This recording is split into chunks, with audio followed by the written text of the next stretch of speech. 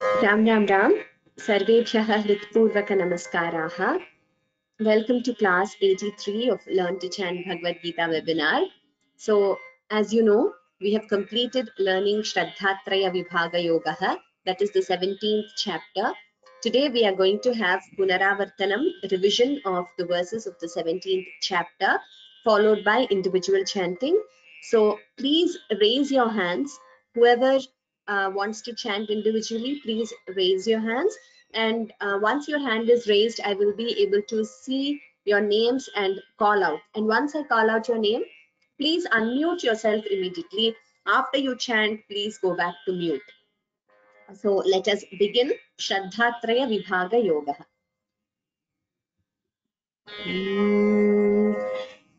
गुरुरेव गतिर्गुरुमेव भजे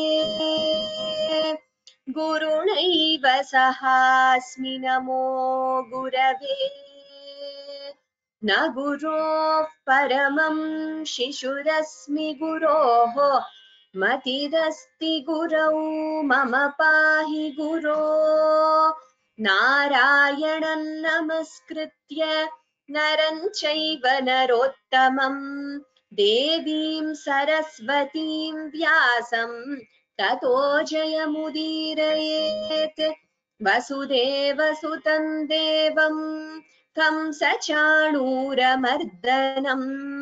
देवकी परमानन्दं कृष्णं वन्दे जगद्गुरुम् पार्थाय प्रतिबोधितां भगवता नारायणेन स्वयं व्यासेन ग्रथितां पुराणमुनिना मध्ये महाभारतम् अद्वैतामृतवर्षिणीं भगवतीम् अष्टादशाध्यायिनीम् अम्ब त्वामनुसन्दधामि भगवद्गीते भवद्वेषिणीम् नमोऽस्तु ते व्यासविशालबुद्धे फुल्लारविन्दायतपत्रनेत्र येन त्वया भारततैलपूर्णः प्रज्वालितो ज्ञानमयप्रदीपः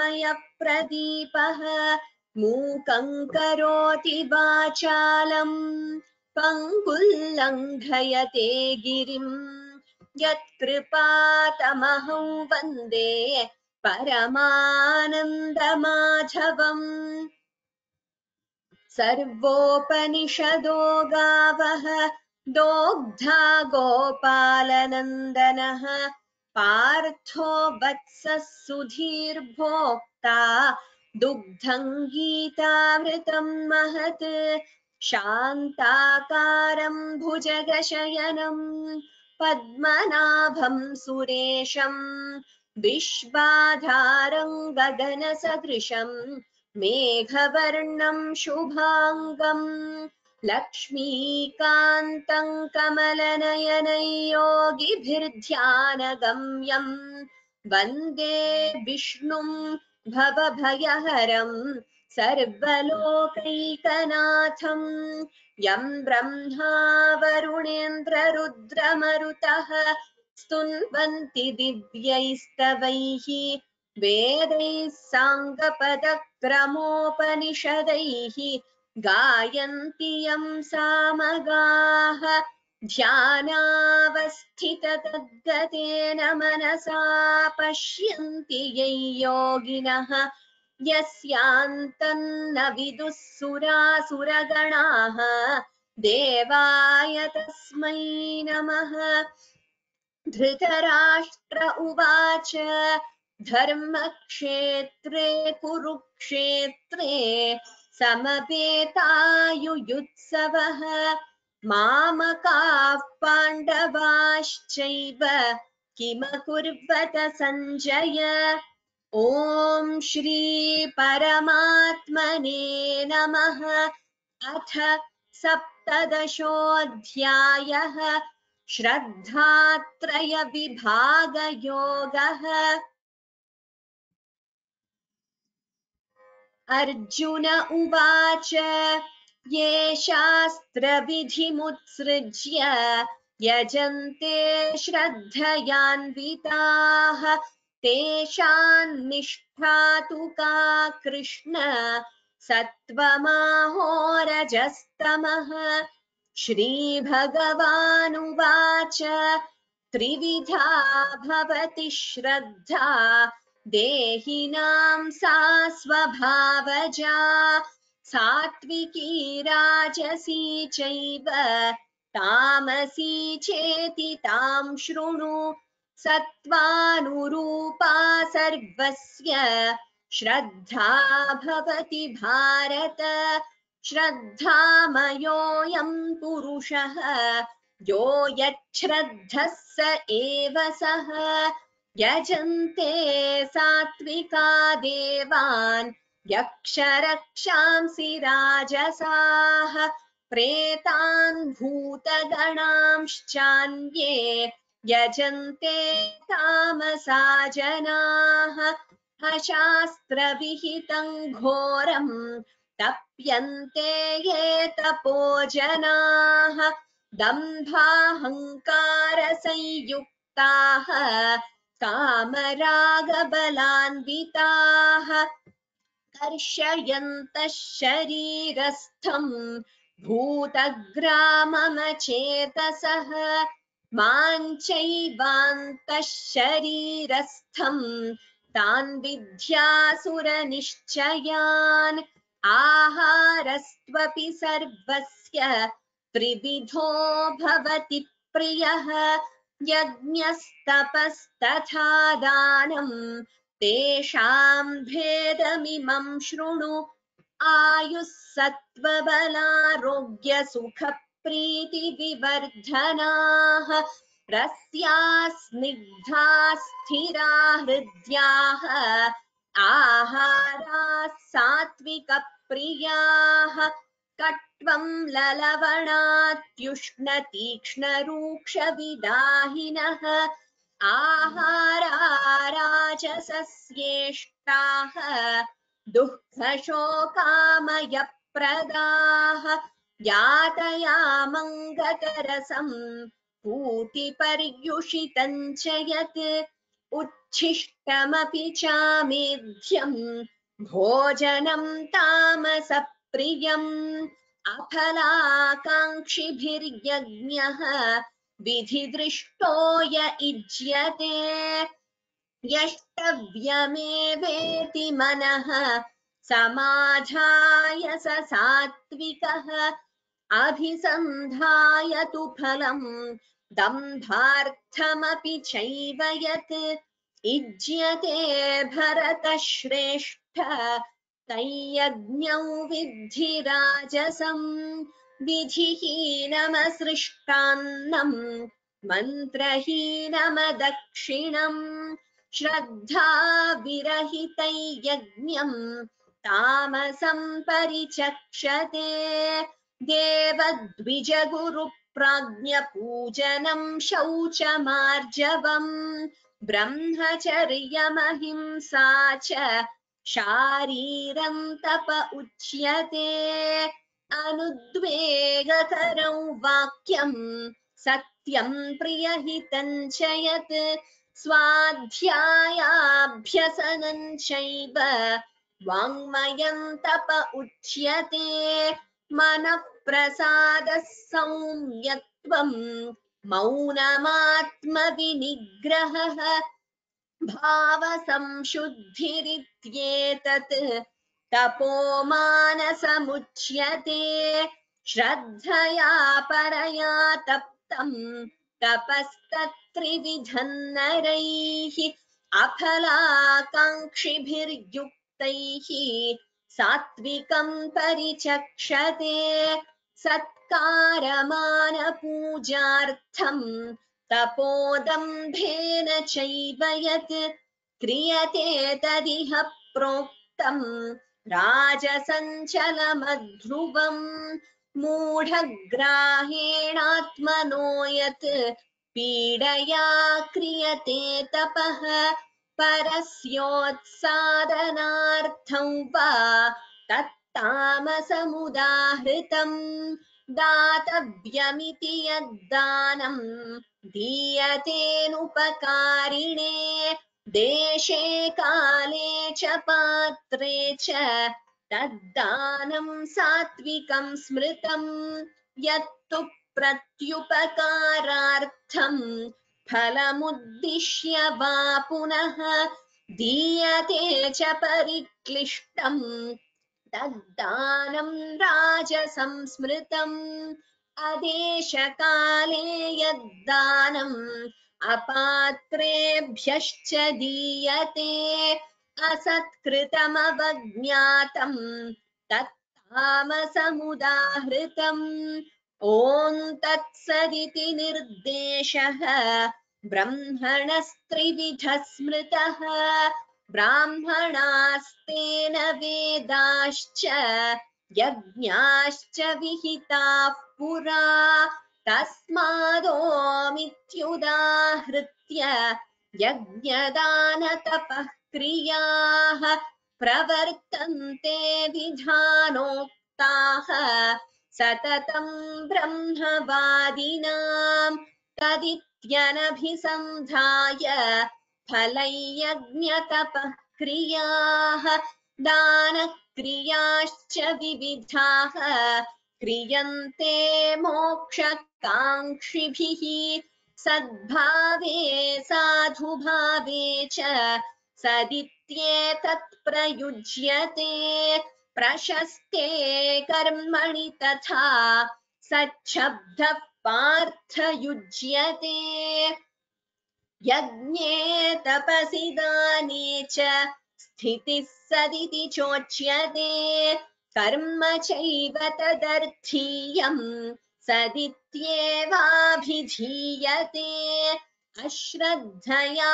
हुतं दत्तं तपस्तप्तं कृतं च यत् असदित्युच्यते पार्थ न च तत्प्रेत्य नो इह ॐ तत्सदिति श्रीमद्भगवद्गीतासु उपनिषत्सु ब्रह्मविद्यायां योगशास्त्रे श्रीकृष्णार्जुनसंवादे श्रद्धात्रयविभागयोगो नाम सप्तदशोऽध्यायः. So this is the 17th chapter. Last class, I think we stopped at, you were chanting individually, and we stopped at this verse, which I said has a wonderful meaning. Anudvegakaram vakyam satyam priyahitancha yat swadhyayabhyasanam chaiva vangmayam tapa uchyate. So here Bhagavan is describing what is penance of speech. Anudvegakaram vakyam. So the sentences or words which do not cause vexation or which do not hurt anyone. Satyam is truth. Priyam is priyahitam. Priya is affectionate. Hitam is something which is for the benefit of others, as in something which is good. So affectionate speech which is good for others or for the benefit of others, which is truthful, which doesn't hurt anyone or doesn't cause any vexation. Swadhyaya bhyasanam chaiva. And Swadhyaya is study of the Shastras. Swadhyaya is self-study. Abhyasanam, practice. Chaiva, Vangmayam tapa uchyate. This is called penance of speech. So Bhagavan here is describing how one's speech should be. And next also is a beautiful verse where Bhagavan says, Manah prasadaha. So the mind should always be peaceful, serene, calm. Saumyatvam, being very kind. Maunam, silence. Atma vinigraha, control of the senses. Bhava samshuddhihi. Bhava is motive or feelings. Samshuddhihi. So having a pure heart or pure motives or pure feelings. Etat tapaha manasamuchyate. This is called the penance of the mind. So like I told you in one of the classes, Bhagavan is describing here what kinds of tapas, penance would be considered as sattvika, and Aphalakankshibhir yajnah. There Bhagavan describes the yajna which is done without expecting any fruit, without being attached to the fruit, according to the Shastras. Such a yajna is considered to be sattvika. Similarly, in Danam, in charity, Bhagavan describes what is sattvika, rajasika and tamasika kinds of Danam. So a beautiful chapter, Shraddha Traya Vibhaga Yoga. That is the three kinds of faith, Sattva, Rajas and Tamas, Bhagavan has described here. So this is just a short gist. You all can please study the meaning of the verses also. It's wonderful. We also have a webinar in Vyoma, verse to verse meaning of the Gita. So maybe you could attend that. Now I will call out the names. Each of you, please unmute and you all can chant. Mahalakshmi Balaji Bhagini.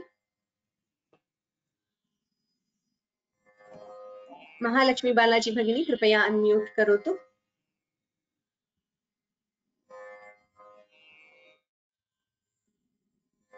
Mahalakshmi Balaji Bhagini, it says self-muted. Please unmute. Okay.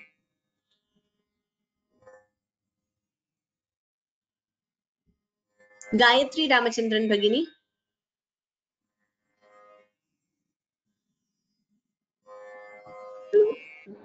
Namaste.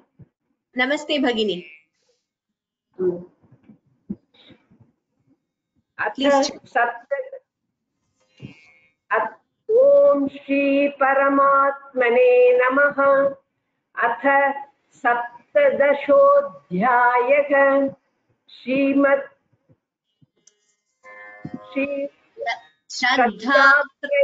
श्रद्धात्रय विभाग योगः.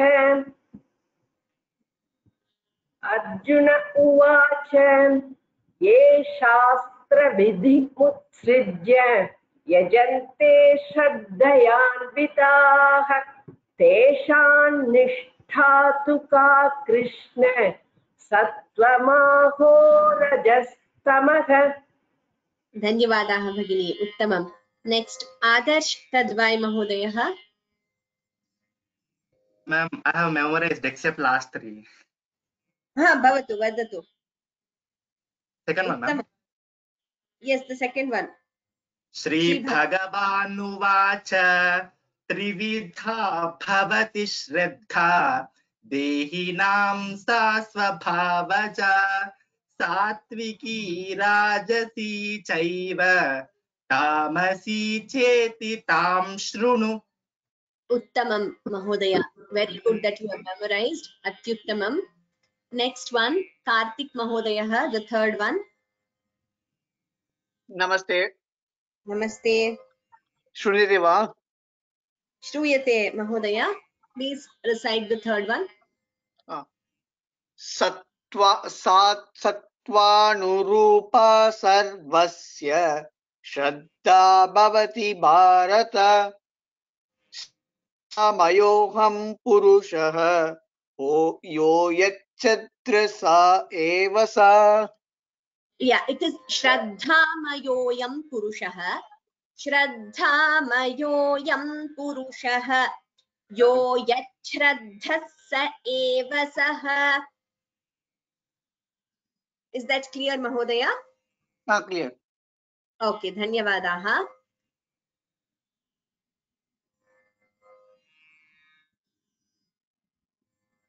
Just give me a minute.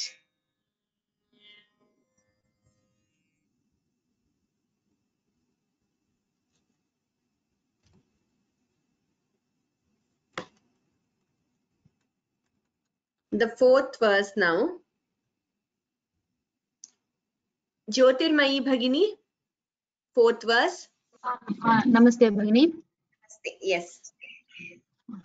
Yajante satvika devan eksharakshamsi rajasaha pretan bhuta ganans chanye yajante tamasa janaha.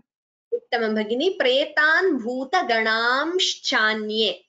Ganamshchanye, that word should be clearer. Dhanyavada. Ganamschanye. Yes, shcha. The shcha should be clearer. It's not scha, it is shcha, sha.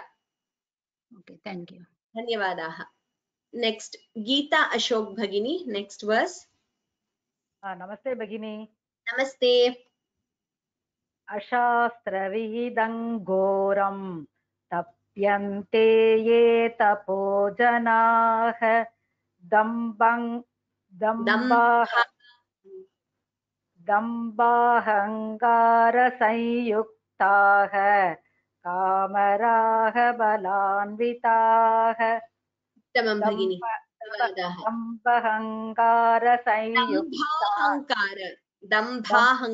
दम्भाहङ्कारसंयुक्ताः कामरागबलान्विताः. Dhanyavadaha Bhagini. Next one, Venkateshwaran Gopala Mahodayah. Namaste, madam. Namaste. Karshyantaha sharirastham. Karshayantaha, not Karshyantaha. Karshyantaha sharirastham. Bhutagramamachetasaha. Bhutagramamachetasaha. Mam chaivantaha sharirastham. Tan vidyasura nishchayan. Uttamam Mahodaya. Dhanyavadaha. Next one, A.S. Swaminathan Mahodayah. Ram Ram Ram. Ram Ram Ram. Shunudeva. Shruyate Mahodaya. Akarasvavi sarvasya trividho bhavati priyaga yagyastapastata dhanam tesham bhedamimam sruno. Dhanyavadaha Mahodaya. Uttamam. Next one, KVSS Iyer Mahodayah.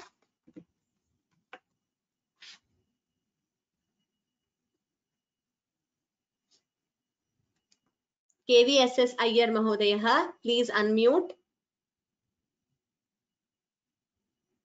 Hey, madam. Namaste. Shall I memorize? You have memorized. Yeah. Okay, very good. Saptabalarogya Sugapridi Vivardhanaha Rasya Siddha Sirahidyaha Ahara Satya Priyaha. Dhanyavadaha Mahodaya. The first line should be chanted together. Ayus Satvalarogya Sukha Priti Vivardhanaha. Then second line, Rasya Snigdha Sthira. There is a sandhi. Rasya Snigdha Sthira. Visarga Sakara sandhi is there. Rasya Snigdha Sthira Hridyaha Ahara Satvika Priyaha. Shall I repeat? Yes, Mahodaya. Ayus Saptabalarogya Sugapridi Vivardhanaha Rasya Snigdha Sthira. Yes, Rasya Snigdha Sthira. All are Dirgha. Yeah. Rasya Srigdha Sthira Hridya Ahara Swatya Priya. Dhanyavadaha Mahodaya. Next one, next shloka, Jayanti Bhagini. Jayanti Bhagini, please unmute.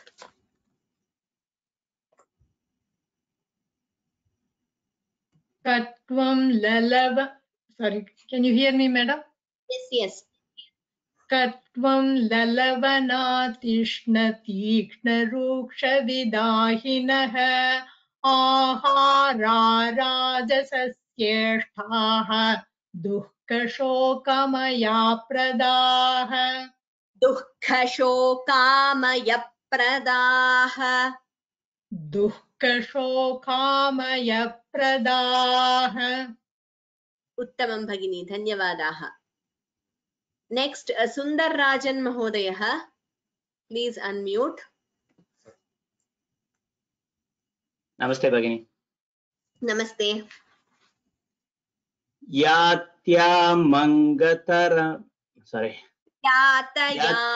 Yataya Mangatarasam Bhuti Pariyusitanchayate Uttishthamapi cha मेध्यं भोजनं तामसप्रियम्।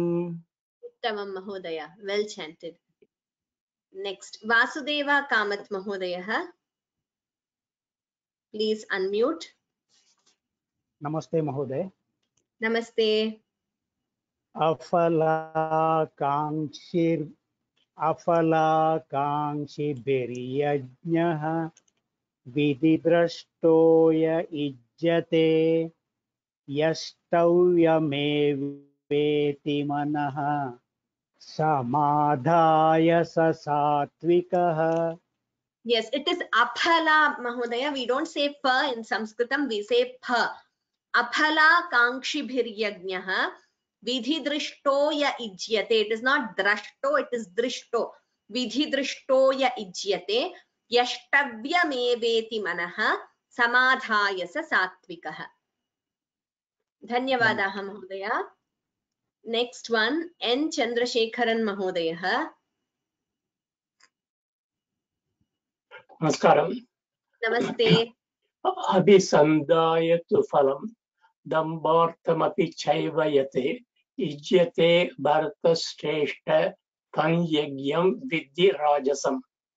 Yes, Mahodaya, you just have to pay more attention to Mahapranaha. Tai yajnam vidhi dha. So if you have, it will be more perfect. Dhanyavadaha.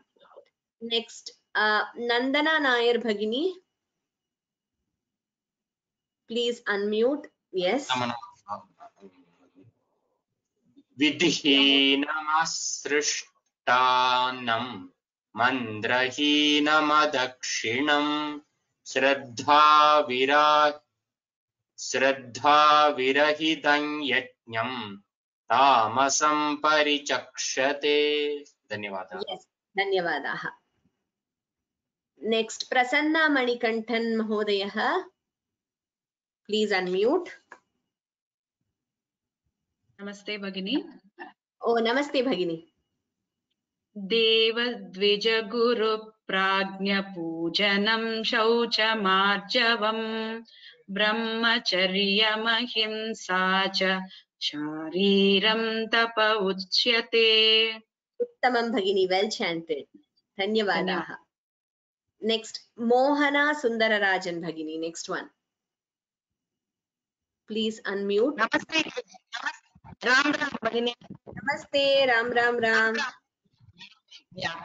अनुत्वेगकरो वाक्यं सत्यं प्रियहितं च यत् स्वाध्यायाभ्यसनं चैव वाङ्मयं तप उच्यते। Dhanyavadaha Bhagini. Well chanted. Next, Radha Ram Mohan Bhagini. Please unmute. नमस्ते मैडम। Namaste. मनः प्रसादः सौम्यत्वं मौनमात्मविनिग्रहः भावसंशुद्धिरित्येतत् तपोमानसमुच्यते। Tamam Bhagini. Some of you have practiced very well. Thank you, madam. Next, Swaminathan Ramachandran Mahodayah. Ram Ram Ram. Ram Ram Ram. श्रद्धया परया तप्तं तपस्तत्त्रिविधन्नरैः अपलाकाङ्क्षिभिर्युक्तैः सात्विकं परिचक्षते। Uttamam Mahodaya. Dhanyavadaha. Next, Anuradha Anisetti Bhagini. Please unmute. नमस्ते भगिनी। Namaste. सत्कारमान पूजार्थं तपोदम्भेन चैव यत् क्रियते तदिह प्रोक्तं राजसं चलमध्रुवम्। Uttamam Bhagini. Very well chanted. धन्यवाद भगिनी। Thank you so much. Next, Brinda Shekhar Bhagini.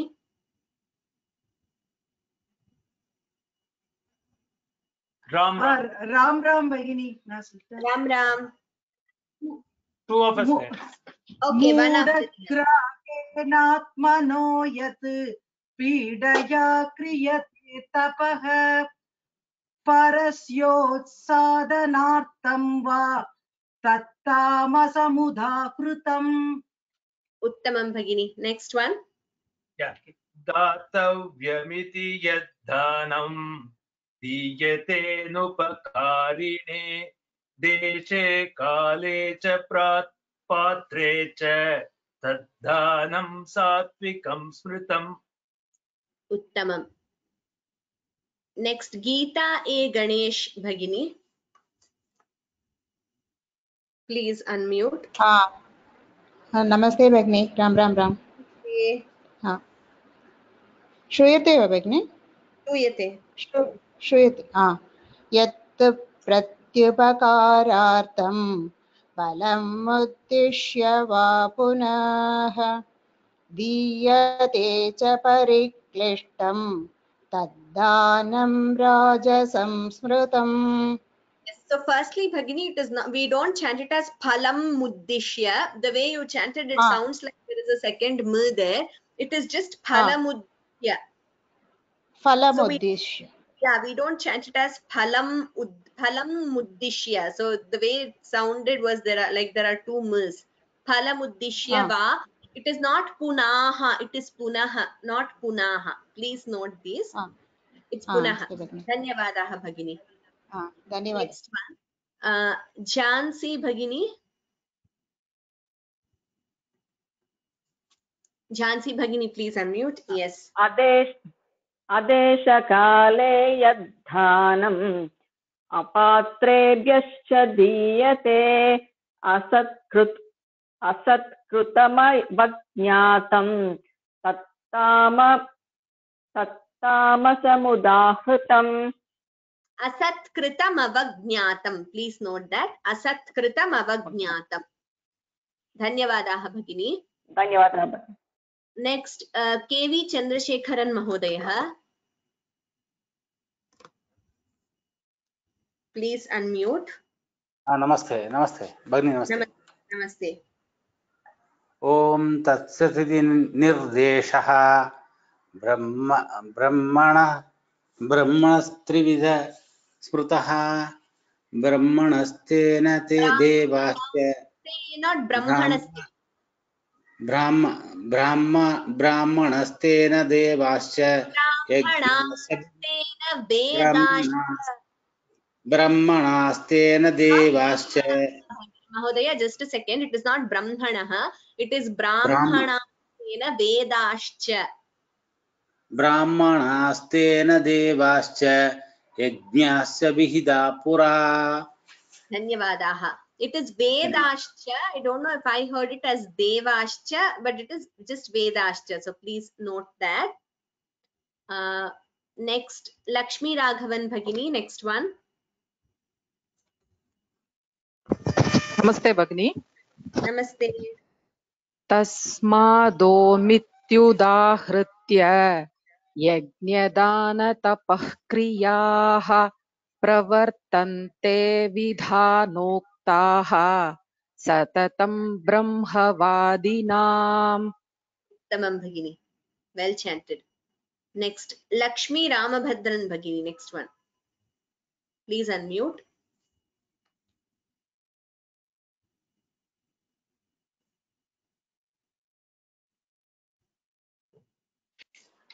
तदित्यनभिसन्धाय पदं यज्ञतपक्रियाः दानक्रियाश्च विविधाः क्रियन्ते मोक्षकाङ्क्षिभिः. Dhanyavadaha Bhagini. Well chanted. Uttamam. Lakshmi Singasani Bhagini. Next one. Please unmute. Namaskaraha. Namaste. सद्भावे साधुभावे च सदित्येतत्र युज्यते प्रशस्ते कर्मणि तथा सच्चब्दः पार्थ युज्यते. Bhagini, Sachabdaha, the bha and dha are not Mahapranas, only cha is Mahaprana. Sachabdha Sachabdah partha yujyate. It is not sachabdah. Dha is not Mahaprana there. एकवारं पुनः वदामि किम्? Vadatu. सद्भावे Save च सदित्येतत् प्रयुज्यते प्रशस्ते कर्मणि तथा सच्छब्दः पार्थयुज्यते. Again same thing Bhagini, please practice. It is not sachabdah, it is sachabdah. B and D are also prana. Sachabdah partha yujyate. सच्छब्दः पार्थयुज्यते. Dhanyavadah. Next, Madhurantakapi Mahodayah. Please unmute Madhurantakapi.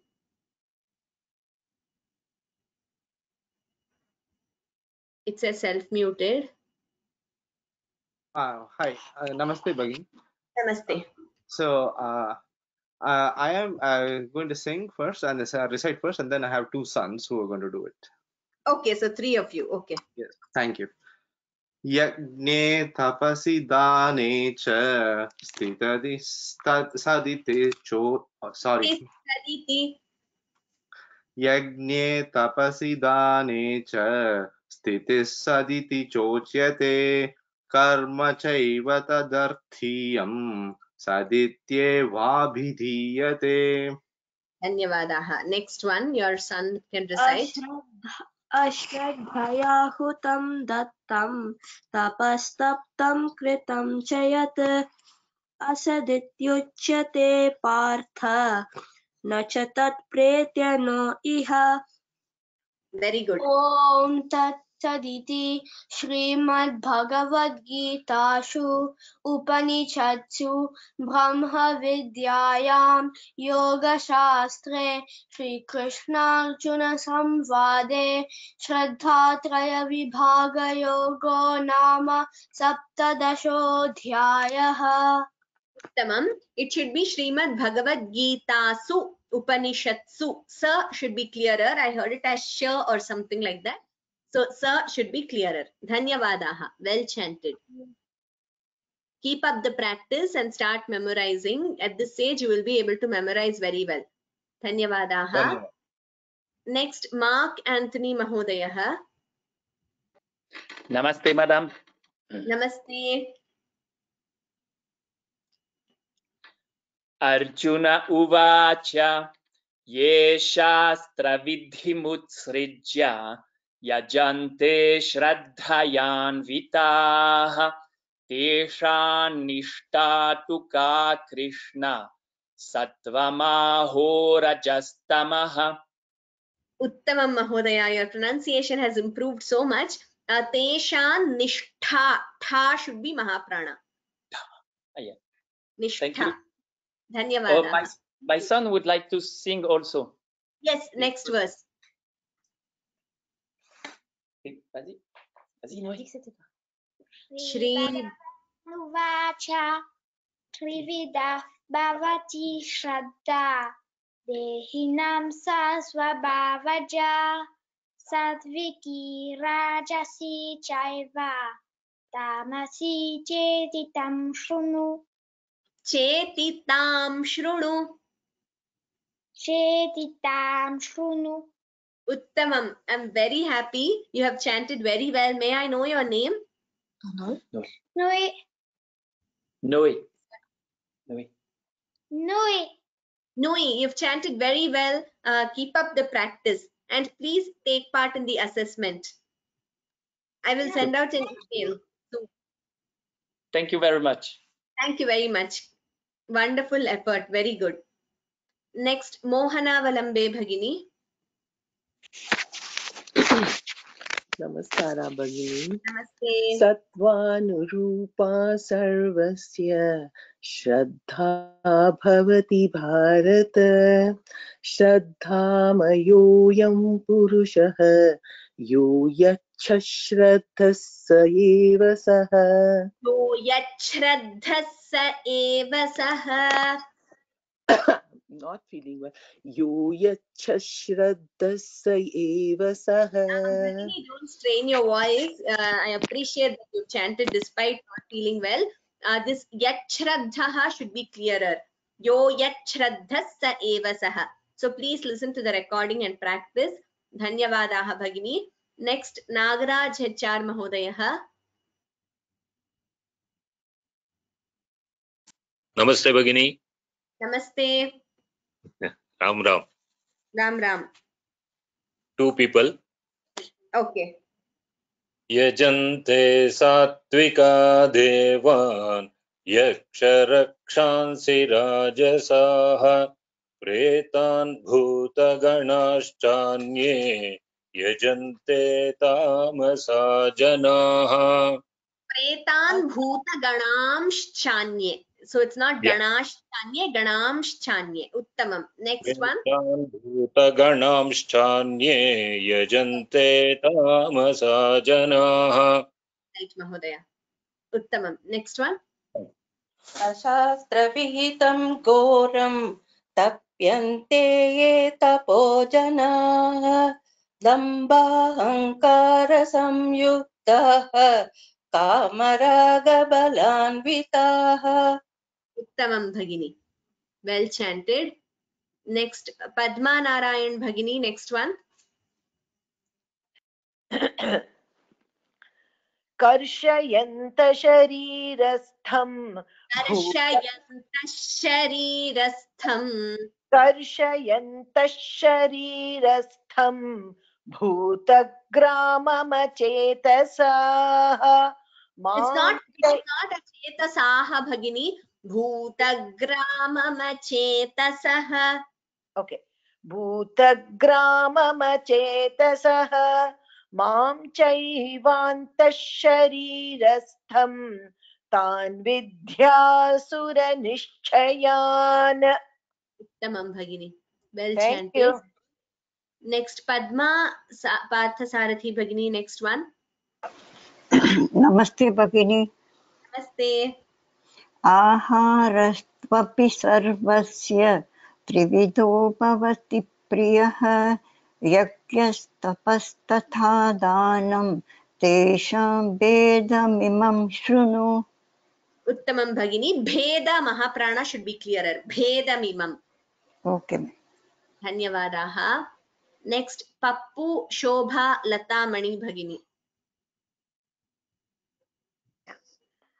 आयुस्सत्त्वबलारोग्य सुखप्रीतिविवर्धनाः रस्याः स्निग्धा स्थिरा हृद्याः आहाराः सात्विकप्रियाः. Here Bhagini, it should be Sukha Priti Vivardhanaha, not Sukha Priti. There is a Dvitvam there. Ayus Sattva Bala Rogya Sukha Priti Vivardhanaha. Please Can I note chant that. again? Yes. Can I chant again? Yes. आयुस्सत्त्वबलारोग्य सुखप्रीतिविवर्धनाः रस्याः स्निग्धा स्थिरा हृद्याः आहाराः सात्विकप्रियाः. Tamam Bhagini, well chanted. Next, Panishri Bhagini. Ram Ram Ram भगिनी. Ram Ram Ram. कट्वं ललवणात्युष्ण तीक्ष्णरूक्षविदाहिनः आहारा राजसस्येष्टाः दुःखशोकामयप्रदाः. Uttamam Bhagini, well chanted. Next, Radha Venkateshan Bhagini. Next one. Please unmute.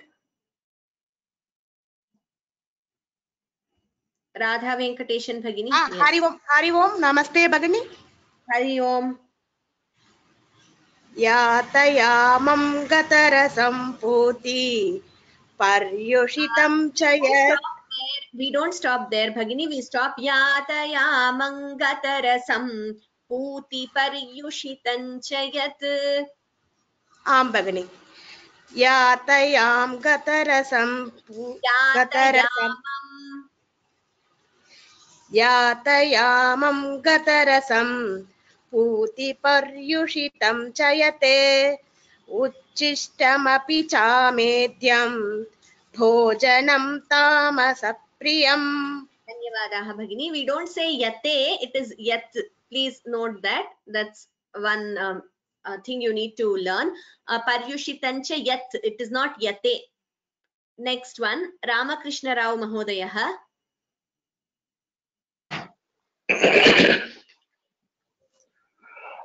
अफलाकाङ्क्षिर्भिर्यज्ञः विधिदृष्टो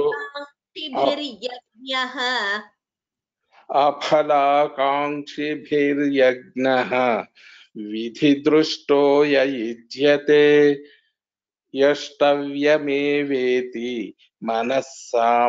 मनस्समाधाय स सात्विकः. Again we stop at manaha. Yashtavyameveti manaha samadhaya sa satvikaha.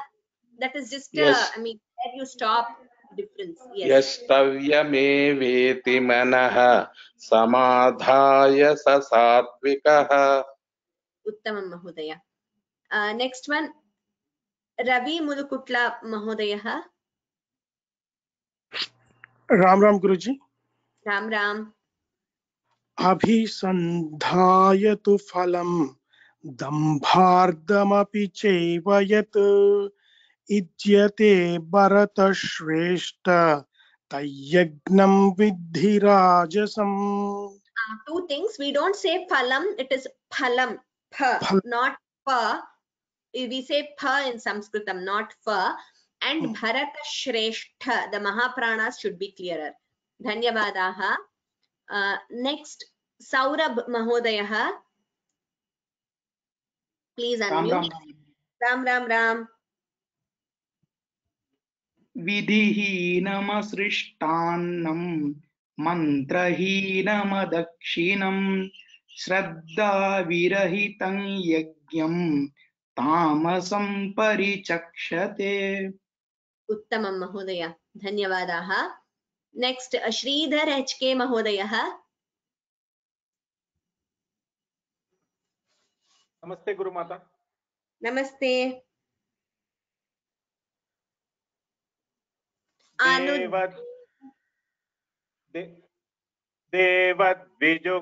देवद्विजगुरु प्राज्ञपूजनं शौचमार्जवम् ब्रह्मचर्यमहिंसा च शारीरं तप उच्यते.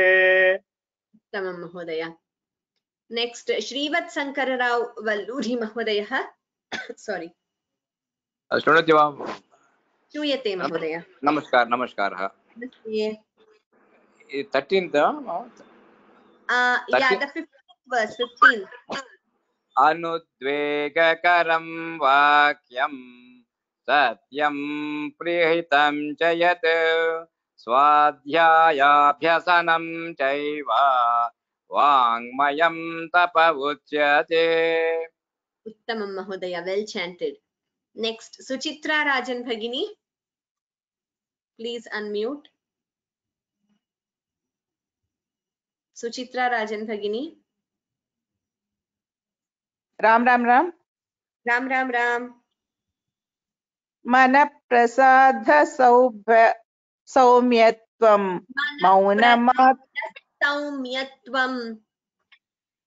मन प्रसाद सौम्यत्वं मौनमात्मविनिग्रहः भावसंशुद्धिरित्येतत् तपोमानसमुच्यते. Yes, Mana Prasada Saumyatvam. That should be clearer, Bhagini. And Bhava Samshuddhirityetat. Just a matter of practice. If you listen to the recordings, it will become better. Dhanyavadaha. Okay. Next, Sujata Koli Bhagini. Next one, please unmute. Namaste Bhagini. Namaste.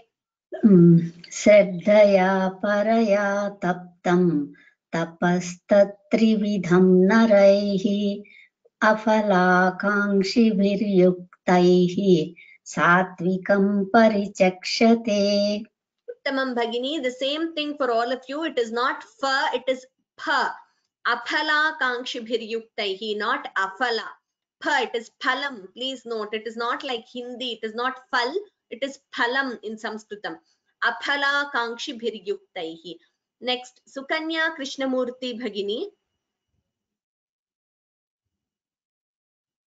Sukanya Krishnamurti Bhagini, please unmute.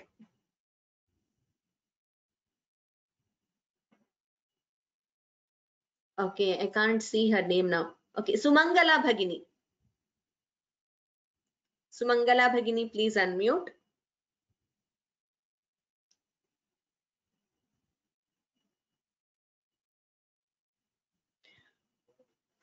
Sumangala Bhagini.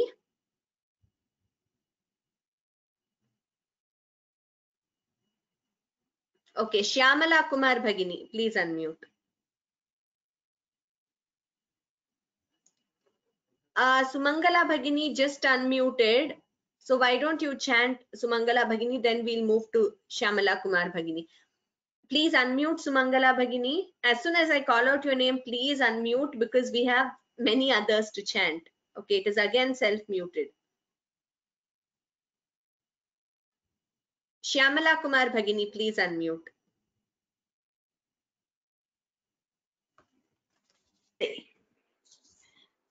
Namaste Bhagini. Namaste. Satkaryamanapoochartam tapodhambena chaiva yat kriyate tadiha proktam rajasam chalamadhruvam. Dhanyavadaha Bhagini. Your Mahapranas should be clearer. Tapodambhena chalamadhruvam. So please pay attention to that. Next, Ujjvala Singhania Bhagini. Ram Ram Bhagini. Ram Ram Ram. दातव्यमिति यद्दानं दीयते नुपकारिणे देशे काले च पात्रे च तद्दानं सात्विकं स्मृतम्. It should be diyate nupakarine. It is not diyate nupakarine. There is no a in Sanskrit. It is only a. Diyate nupakarine. Please note that Bhagini. दीयते नुपकारिणे. Yes, correct. Dhanyavadaha. Uttamam. Next, Upendar Hashia Mahodayah. Next one. Ram Ram. Ram Ram Ram. Yetto pratyupakarartham phalamuddishya va punah diyate cha pariklishtam tadhanam rajasam smritam. Uttamam Mahodaya. It is Taddanam. I heard it as Taddha. I'm not sure if I just heard it that way. It is Taddanam. That is Alpa Prana. Taddanam. Yes. Dhanyavadaha. Dhanyavadaha. Next, Vijayalakshmi Parthasarathi Bhagini. Next one. Namaste, ma'am. Namaste. Adesha kale yaddanam apatrebhyascha diyate asat kritam avagyatam tattamasa mudahritam. Asat kritam avagyatam. Asat kritam avagyatam tattamasa mudahritam. Uttamam Bhagini. Well chanted. So we have come to the end of the list. I'm not sure if there have been anyone whose names have been missed out. Niranjan Saha Mahodaya, did you chant? Yes, madam. Oh, you chanted. Okay. Dhanyavadaha. Geeta A. Ganesh Bhagini, have you chanted? Bhagini. You have chanted. Okay, please, whoever has chanted, please go back to mute.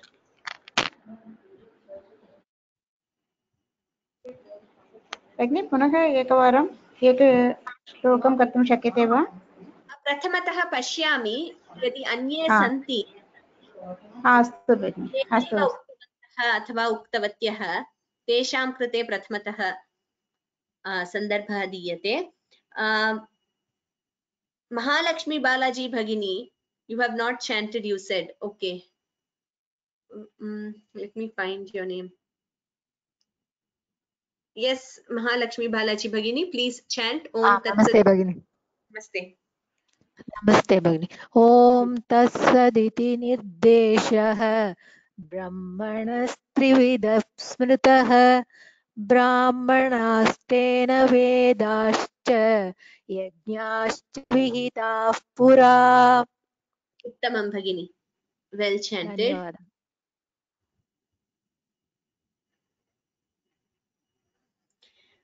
Anyone else?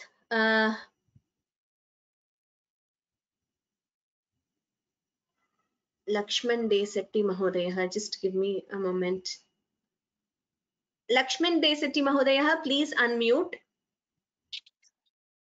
You did not chant today, Mahodaya?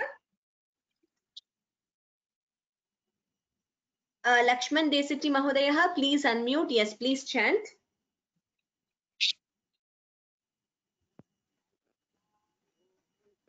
Please chant. Tasmadomityudahritya. Okay, there is some problem with the mic, looks like. It's okay. I mean, some classes, if you can't chant, next class you can always chant. Vijaya Hetirajan Bhagini. Yes, please unmute yourself, Vijaya Bhagini.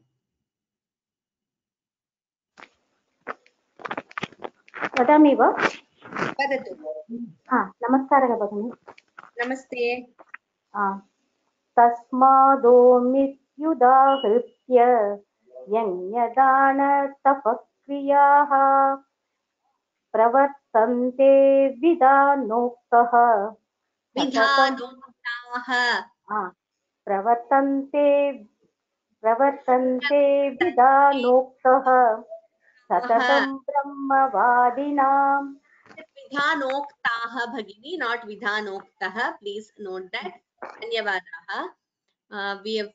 We don't have much time left. Let me see. Gomati Bhagini. Gomati S. Bhagini, Goma iti asti. I don't know who is Goma. I have unmuted the name which says Goma Bhagini. Yes. Namaskaraha. Yes. Namaste. तदित्यनभिसन्धाय फलं यज्ञतपक्रियाः दानक्रियाश्च विविधाः क्रियन्ते मोक्षकाङ्क्षिभिः. Dhanyavadaha Bhagini. Your Mahapranas should be clearer. That's one thing which you need to work on.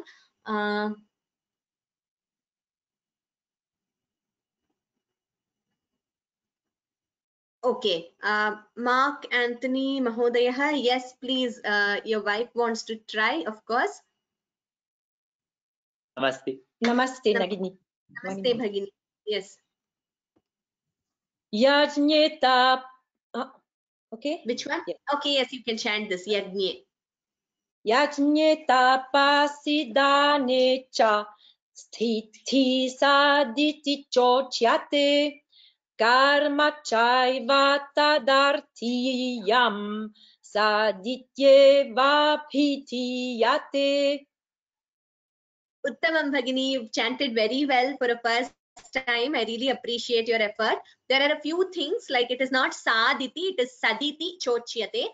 Yajñe tapasi danecha. I think the first time I had told Mark Mahodaya also, the short letters and the long letters, you should pay more attention. By listening more times and practicing, you will get it. Very, very well chanted. Thank you very Wonderful. much. Thank you. Dhanyavada.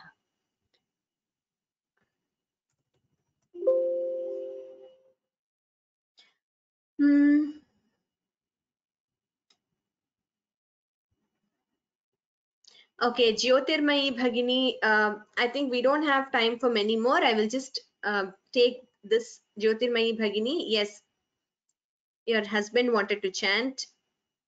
Next verse, Bhagini. Or actually, I think we Ram left Ram. this. You can chant Sadbhave Sadhubhave cha. Yeah, Ram Ram Ram.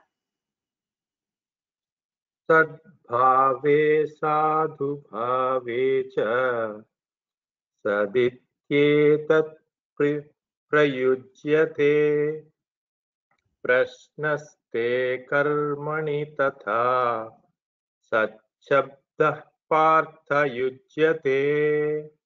Uttavam Mahodaya. This you can, initially the pace can be slow and you can chant slowly and without mistakes. Well chanted. Dhanyavadaha. Charu, you want to chant? Okay. I think Charu, we will conclude with yours. Please chant